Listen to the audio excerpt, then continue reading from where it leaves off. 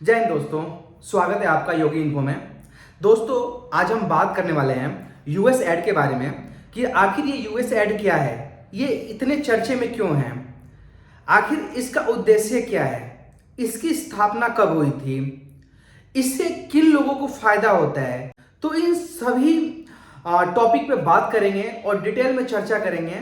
इससे पहले अगर आप लोगों ने मेरे चैनल को सब्सक्राइब नहीं किया है तो मेरे चैनल को सब्सक्राइब कर लें, ताकि जो भी न्यू अपकमिंग वीडियोस और इन्फॉर्मेशन हो आप लोगों को टाइम टू टाइम मिल सके। यूएस एड की स्थापना 1961 ईस्वी में अमेरिका में हुई थी और इसका उद्देश्य था कि अमेरिका में जितनी भी संस्थाएं हैं, ये जितने भी कार्यक्रम हैं जो किसी अन्य देश को हेल्प करते हैं, उन सभी को एक एजेंसी के अंतर्गत लाना था। तब से ये एजेंसी विभिन्न देशों को विभिन्न क्षेत्रों में सहायता राशि प्रदान कर रही है। आप लोगों ने एक न्यूज़ सुनी होगी, अमेरिका के राष्ट्रपति डोनाल्ड ट्रंप ने भारत में एक इल्ज़ाम लगाया था कि जो अमेरिका के पुराने राष्ट्रपति जो बाइडेन थे, उन्होंने भारत को यूएस एड के माध्यम से 21 मिलियन की सहायता राशि दी थी, ताकि भारत में मतदाताओं की संख्या को बढ़ाया जा सके, मतदाताओं की भागीदारी को इस चुनाव में बढ़ाया जा सके। और इसको लेके डोनाल्ड ट्रंप ने एक स्टेटमेंट जारी की थी कि उनको ऐसा लगता है कि जो पुरानी सरकार थी उसने भारत में चुनाव को प्रभावित करने के लिए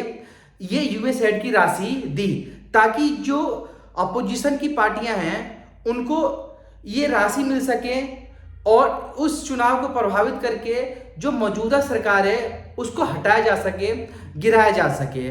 लेकिन दूसरे ही दिन राष्ट्रपति ट्रंप ने एक और स्टेटमेंट और बयान दिया, जिसमें उन्होंने ये कहा कि यूएस एड के माध्यम से बांग्लादेश को भी $29 मिलियन की सहायता राशि दी गई, जिससे वहां पे जो छात्र आंदोलन हुआ, जिसके थ्रू जो वहां की प्राइम मिनिस्टर, पुरानी प्राइम मिनिस्टर थी शेख हसीना, उनको अपना सत्ता छोड़ के भारत में शरण लेना पड़ा।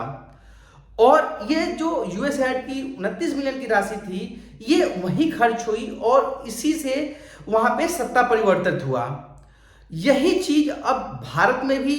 चर्चा का विषय बन गया है कि क्या जो पैसे आए $21 मिलियन वो भारत में इस्तेमाल हुए,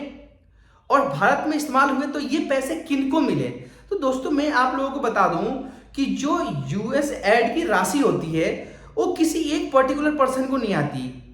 ये हो सकता है कि किसी एनजीओ के आए, किसी संस्था को आए, जो भी इस चीज में भागीदार होते हैं उन सभी को पैसे डिवाइड होके आते हैं। तो जो अमेरिकी राष्ट्रपति डोनाल्ड ट्रंप ने इल्जाम लगाया है कि भारत में ये पैसे इस्तेमाल हुए राजनीतिक स्थिति को परिवर्तित करने के लिए, तो इसको लेके भारत में पक्ष और विपक्ष में जोरदार बहस छिड़ गई है कि क्या ये पैसे दिए गए जिससे कि मौजूदा सरकार को गिराया जा सके। तो जो सत्ता पक्ष है ये इल्जाम लगा रही है कि आप लोग विदेशी ताकतों के साथ मिलके और हमारे देश में सत्ता परिवर्तित करने के लिए लगे हुए हैं, और वहीं विपक्ष कह रहा है कि ये जो पैसा है ये आप लोगों को मिल रहा है और आप लोग इस चीज को लेके विपक्ष को कमजोर कर रहे हैं। तो दोस्तों, ये वीडियो, ये एनालिसिस आप लोगों को कैसा लगा